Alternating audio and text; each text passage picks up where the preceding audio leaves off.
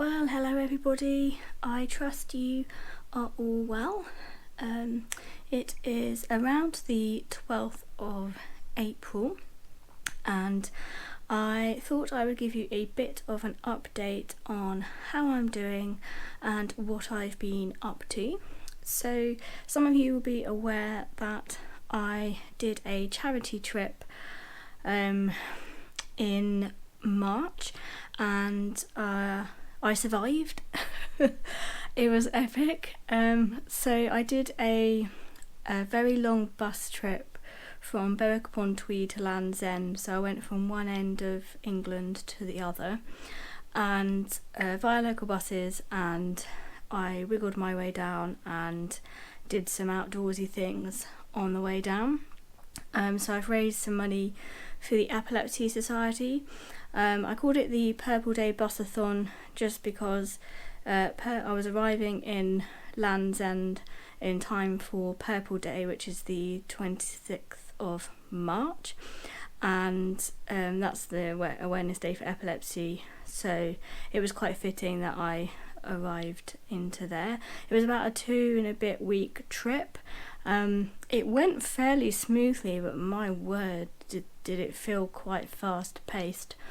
I never really felt like I appreciated any of the moments because it all felt rather fleeting. I guess some highlights. I'm not sure if I'd call it a highlight, but I found it really amusing that I did the indoor skydiving session in Manchester, and I just didn't enjoy being swung around like a cat in the wind tunnel. I think because I used to do skydiving, what I really wanted to do was to learn something, and to make sure I still had it in me. And so I think they just wanted to give me a good experience, which I understand. But I think in future I might, if I do something like that, express my wishes beforehand.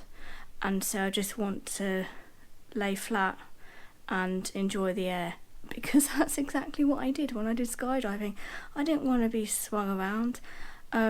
Anyway, so I don't think I enjoyed that as much as I thought I would, and it was very expensive, but it's definitely something you have to do. And if you ever want to do something that feels like skydiving, and also that gets a sensation of free fall, I do think it is pretty accurate for that. It's just, for me, I think what I miss about skydiving is that feeling of landing, that feeling of holding your nerve until you get to near the ground, and then you have to do a few faffy things before you land, and you have to really time that, otherwise you end up with broken ankles and potentially worse. So it's interesting learning that actually, I either want to become a sky fairy in the tunnel, and that takes some dedication, or I just wanted, as my first time, just to stay nice and still and see if I could maintain a neutral position. I didn't want to be dragged around a wind tunnel. So I think I learnt certainly to voice my opinions a bit more in future, perhaps. I just went with the flow, and that's not a bad approach to have, I think, on a trip like I went on. And I really enjoyed the canoeing, so that was good. I definitely want to take forward doing more water sports. I mean, I say that very loosely. I think I basically want to take myself to a local lake and do a bit of kayaking and sit on top and just get comfortable in the water. I really want to get a pack raft and start using that, and I think just becoming more confident in various boaty type things would just fare me up well for that. And I'm trying to see whether to do a pack rafting course just as an intro, and I could do with updating my first aid. So I think to spice it up a bit, I might try and do a first aid course that focuses on paddle sports, just because that's an area that I don't know very well, and I'm 40 and I've done an awful lot of first aid courses, and I think applying it in a different setting and scenario would do me good. So that's definitely on the horizon. I think that's something I took away from the trip, is that I'm ready to invest some time and probably cash into just developing a bit more this year. I feel like I've still got a bit of drive in me, even though health is pretty pants at times, and it's given me a lot of confidence that actually I do know what I'm doing, and I can take on these challenges, and I can manage the risk and manage my expectations. I think that aspect of the trip went really well. Even when there was a few travel issues, I could get out of those situations pretty well. I understood my kit. And on kit, actually, I was really surprised on the performance of some of the stuff. Oh, my tent, the Nature Hike, what's it called? Cloud Up 2. It's the polyester version, so it's not the silicone, which is a bit more expensive and a bit lighter, but it was purple, and it's a purple trip theme, so I really had to go for it. My word, did that perform really well, and even in windy conditions. Very happy with that little tent. I don't think it'll be my go-to tent for wild camping. I think my Wild Country Helm 1 Compact is still my go-to tent for things like Dartmoor. It's very robust, whereas the Nature Hike tent, it has a lot more airy feeling to it, which I guess this time of year actually you'd think would be better, but we've had such bad weather. It was a soggy trip, my word. But going back to kit, so I'll show you my boots. So I bought these a couple of days, I hope you can see all these. They're a pair of Decathlon kids boots. I'll try and show a link now of them. They were about £45, so a little bit more expensive when it comes to kids boots, but I tell you what, they have served me so well. I was really glad that I didn't accept any boots that didn't fit properly. These were so comfortable, really good grip, and they also didn't squelch on the bus, because sometimes what can happen with some grippy soles is you walk on the bus and all you can hear is squeak, squeak, squeak, squeak, squeak. That would have done my head in, and probably everybody else on the bus as well.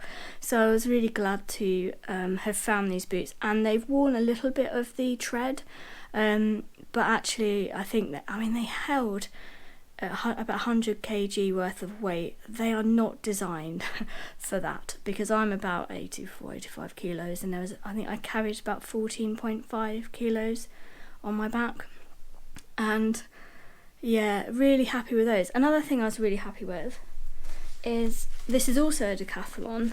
It's obviously a folding rucksack, you can tell that, but it's got a load of features that are really handy, so I'm definitely going to be doing a review of this. One of the things, let me shove it over there, one of the things I really like about it, it's got these like straps that come down, and you can attach the OMM pouch that I've got, the Trio map case, and that's where I would put my electronic kind of recording stuff, camera kit, that's the word I'm looking for, and it had the map section as well, so that was attached, and it just fit really well on that, so that combo worked really well.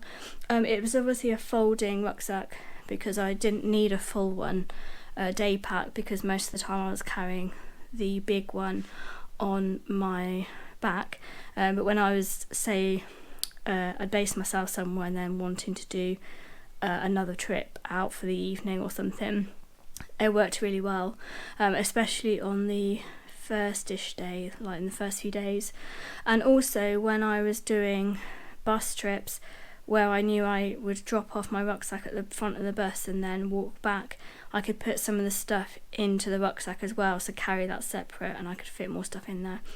Anyway, so they're my two real favourite kit, plus my tent. I think that really served me well, but I will do a full kit lowdown once my brain is less fried.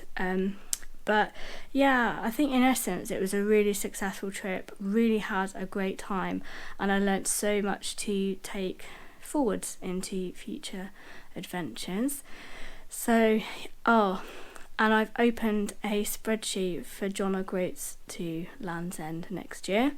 So I think because it went so well this year in the main, I did have flare-ups. I did have a few light crashes in inverted brackets, but I've learnt what those are, and I don't think I'll need to do guided experiences this time, so I won't feel like there's the pressure to get somewhere. So if I missed a bus, I wouldn't feel like it would be the end of the world if I got to the hotel or campsite or wherever later.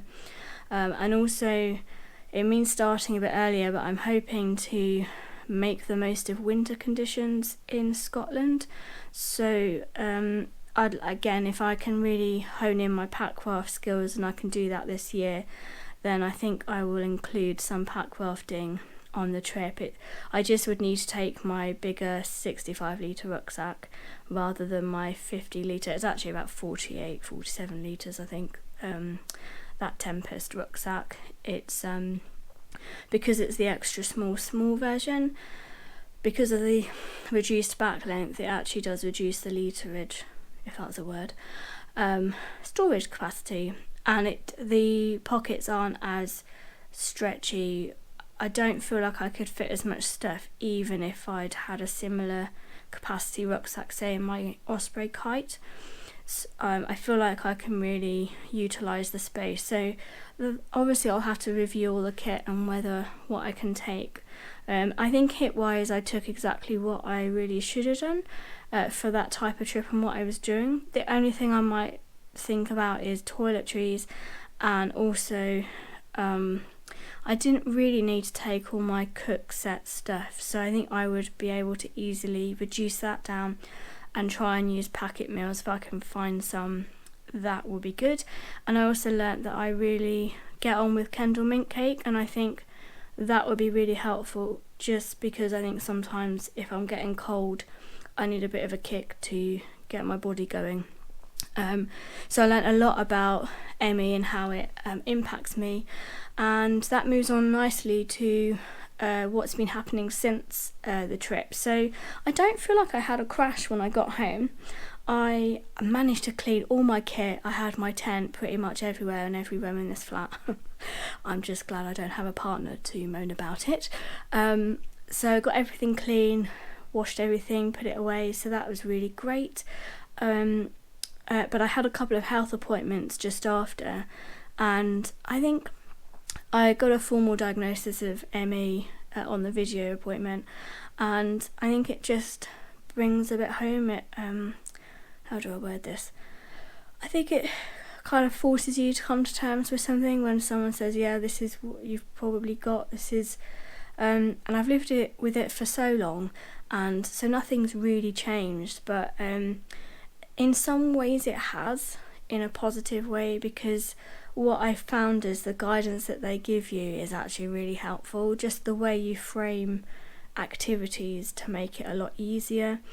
But for some reason since then, I felt really great on the appointment, and I made it sound like I was doing better, but then within a day or so I really started to feel quite unwell. I think it's hormone related rather than activity based. It's not like I don't feel my energy levels have been impacted too much, but my sleep pattern, I've got really bad catarrh to the point where I'm being sick most days. It's like a post-nasal drip you get. I always feel like I'm having to clear my throat, and I've been doing all the things that I can do, so diet-wise, making sure that I'm looking after myself. So it's not an awful lot I can do about it other than ride it out, and I am riding it out, so fairly successfully. I feel like my headspace is actually the best it's been in a long time, and when I say headspace, I don't just mean mental health as such. I think just as a person, I feel like I really know what I'm doing, heading, all that kind of stuff just feels settled, and just feel very happy in life, despite throwing up most days and not being able to get out, because I would have loved to have done this update from outside somewhere, but the reality is if I go for a walk outside and have to throw up, that's not ideal.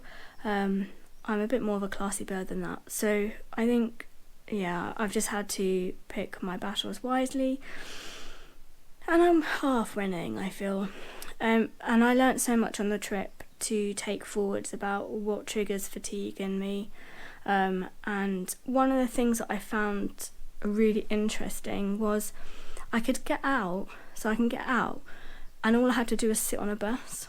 Whereas if I'm having to, say, get out at home, it's normally to do something. It might be good to go to work and then I'm working, or it might be to go shopping. I'm normally going out to do something. Whereas on the trip, it was just get out the door.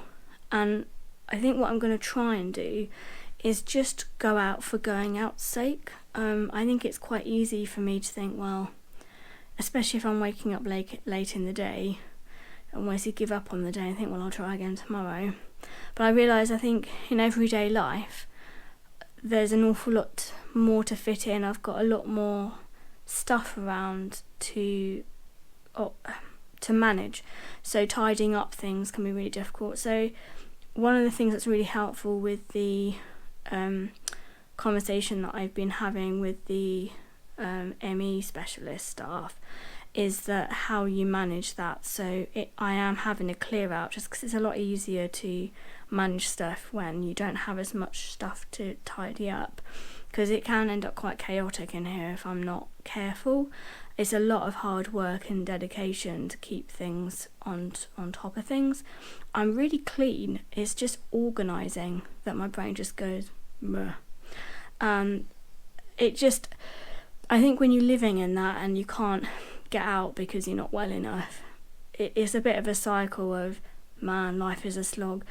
And I'm trying to think of, well, what things can I put in place that actually means that I enjoy life a bit, because I am a bit of a grafter, and that's brilliant to get things done, but it means I'm going to end up very, very serious, and that's not really me. So lots and lots to kind of chew over, really, it feels. In terms of activity, let's move on to that in a minute. So I did vlog the journey, the trip. I've had a bit of a mare with technology. My laptop is running out of space, so I couldn't update and upload the footage, 320 gigabytes, and that was stuff that I'd cut out as well. For 2.5 week trip, so yeah, about 320 gigabytes on my GoPro. I tried to use the auto update to the cloud through the GoPro, and it's not worked particularly well. I've only got about 280 gigabytes on the cloud, which makes me think I've got footage missing.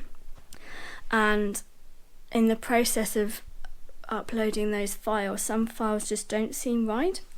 But because it deletes the files after it's uploaded them, I now don't have the original files. So there's just going to be some editing fun and games. I've watched it all and it's fine. But I've also realised, because I've uploaded all of the footage to the cloud, I use Flixia, because that's the only thing that my laptop really works with.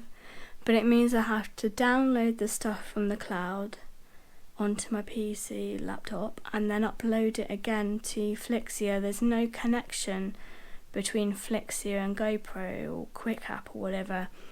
So I've made my life a lot harder by spending all that time uploading my footage to the cloud, only to have to really faff around with downloading and uploading again. But one thing that is good about the GoPro storage cloud is that you can, I think as a backup, perfect. But it's going to be a lot easier, I think, for me to do the traditional way of me just putting the memory cards into the laptop and working from those. I think I would have made an awful lot more progress from then if I had done that from the outset. But you've got to learn these things, so maybe I should have learnt this on a short day trip, not a big trip. But I think the footage will work out. I need to do some graphics, so I'm going to be using Blender to do some map graphics to kind of complement the footage. So there's just quite a bit to do on that front, and because my brain's just been absolute mush and I've had just those added having to learn a bit more of a software with Blender, having to work out what I'm going to do with the storage issue, I think moving forward it'll be fine, but I've just hit a bit of a hurdle at a time. I've already got enough hurdles, if that makes sense. So that's why it's taken a bit of time to get that footage out. But yeah, I think I think one of the things that's made me laugh watching it back, I did not realise how much I love salad and vegetables. Most days I mentioned the fact that I was really looking forward to a salad, to the point where I've got enough footage to just do a whole 5-minute section on just clips of me saying how much I really want a salad. I know what I need right now. What I need is a massive salad. Yep, just with red onions, peppers. Yeah, that's what I need right now. I took pictures of the salads that I had in various restaurants. It's just funny when you don't plan for these things. I think when you do a vlog of a long distance trip, sometimes you don't really know what's going to come out of it. And I didn't do anything embarrassing really, apart from I've filmed me collecting water in Dartmoor using my filter, and it was not glamorous. You can just see my huge bum in the camera, and I mean it was successful. I got the water, but yeah, that was a learning point. So that was funny, but there weren't really many other. I mean, I made myself laugh a few times watching it, but it's not. There wasn't anything that's going to go viral, I don't think. So it's interesting watching it back and thinking, wow. Didn't realise how much I love salad, but I do. On the kit theme again, I had problems with my knock, don't know how you pronounce it. It's a water bladder that connects onto the hydroblur filter. It was leaking at the connection between the water bladder and the filter, so it just meant that actually there was a risk that dirty water would get into the clean container. I went to Ultralight Outdoor Gear, who I bought it from, and they just sent a replacement, and it's working fine. So what a nice result of that. So I feel confident, I've tested it, that my filtering system will work a lot better next time. So there's just been an awful lot to unpack in my headspace, and also just the vlogging, just learning what I can from the trip, and yeah, just it's I guess it has been a full-on month with that trip happening, and I've been really keen to take forward some of the things that I learnt. So no wonder I don't have a lot of bandwidth to do much else, but I will get the footage sorted, definitely.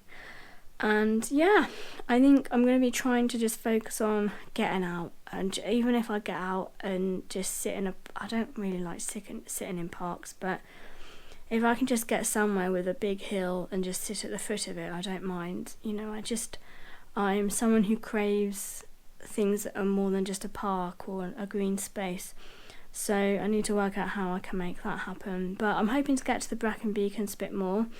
I really enjoyed my time in Hereford, and I realised the buses are a lot easier to get to the places I want to go in the Brecon Beacons to the east, or the Black Mountains, than it would be if I was to go straight here, from here. So I'm likely to spend a couple of days in Hereford over the next couple of months. I think I'll do a trip there, and just the usual day walks.